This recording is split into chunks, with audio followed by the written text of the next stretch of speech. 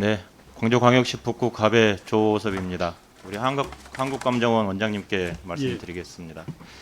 부동산 시장에서 통계는 매우 중요하죠. 네, 그렇습니다. 정확한 통계에서 확실한 대안을 만들 수 있기 때문입니다. 그동안 여야 의원님들께서 국민은행 통계하고 우리 감정원 통계를 인용하고 때로는 신문에 나온 기사를 이용하면서 부동산 정책에 대해서 여러 말씀을 주셨습니다. 네. 그런데 본 의원은 보고 싶은 것만 보면 안 된다고 생각을 합니다. 그리고 특수한 경우를 일반화시켜도 안 됩니다. 특히나 부동산 시장은 심리적 요인이 많이 작용하기 때문에 불안감을 조성해서는 안 되는 거죠. 네. 예.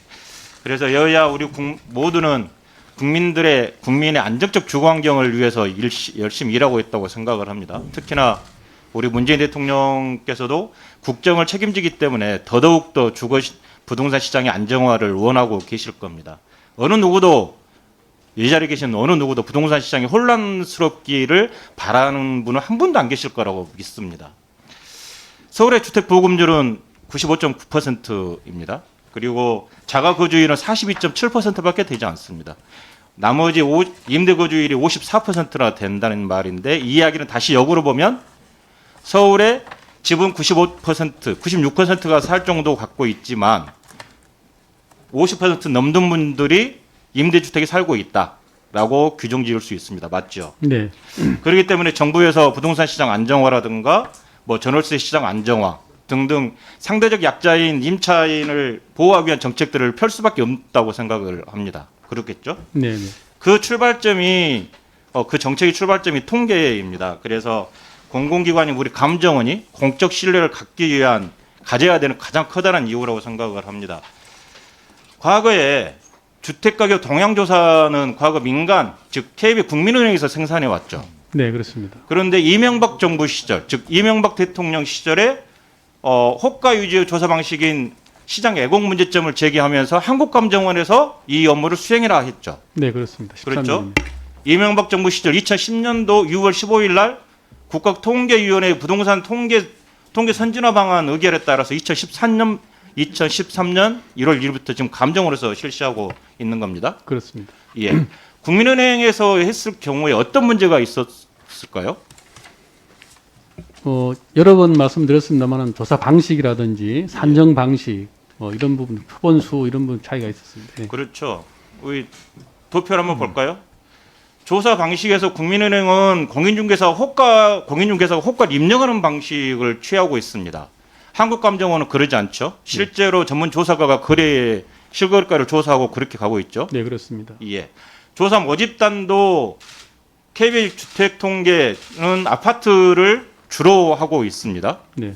예. 하지만 서울에서 아파트 거주자가 몇 퍼센트나 된 거요? 대략 한 60% 정도 됐죠. 네. 예. 나머지 40%는 단독주택이라 그렇게 살고 있습니다. 즉, 네. 주택 가격을 할 때는 주택 유형별 비율을 따져서 주택 가격을 조사하는 게 맞습니다. 그렇죠? 네. 그 조사 표본수가 다만 아쉬운 것은 조사 표본수입니다. 국민은행은 3만 1,800호 정도를 조사 표본수로 갖고 있는데 우리 한국감정원은 지금 현재 17,190호 정도를 하고 있습니다. 네. 조사 표본수를 좀 늘려야 되는 이유입니다. 네. 네. 그렇죠? 거기에 따라서 장단점을 제가 한번 비교해 봤습니다. 도표 보실까요?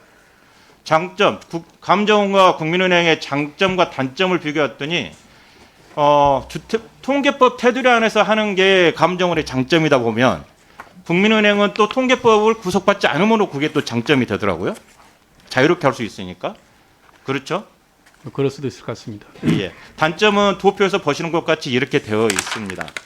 그래서 저는 결론적으로 보면 이명박 대통령 시절에 바꿨던 것처럼 정부가 바꾼 이유를 다시 한번 되새겨보면서 우리 감정원에서 통계법에 의한 통계를 갖고 있고 가장 공신력을 가지고 있는 통계를 내고 있다라고 저는 주장하고 싶은데 그게 주장에 이견 있나요? 없습니다. 없죠.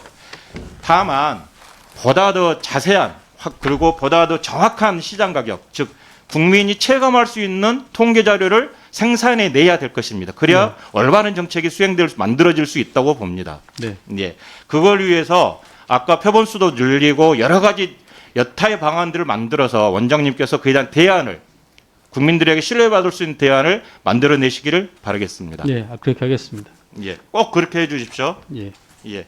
다음은 LX에 대해서 질문을 좀 드리겠습니다. 네.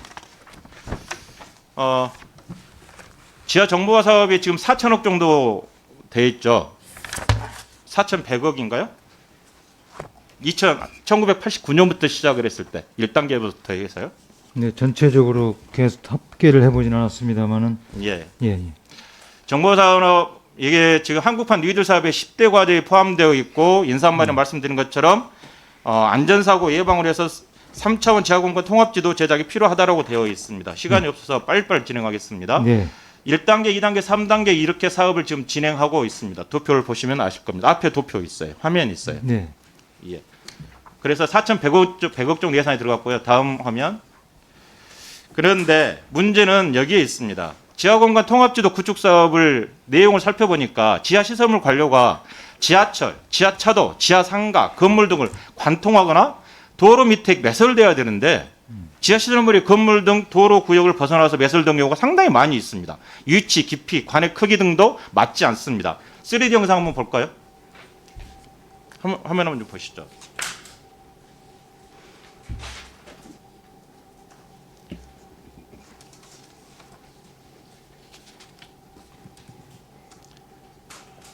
이게 지금 3D 영상으로 제작된 지하 매설물입니다. 경기 부천시청역인데 가스관로가 이렇게 지하철 역사를 통과하고 있습니다. 사람들 내려가는 계단으로 통과하고 있습니다. 이게 맞지 않죠? 다음 거 볼까요? 이런 사례들은 많이 있습니다. 지하차도가 열수송강이 지나가고 있는 지하차도도 존재하고 있습니다. 예.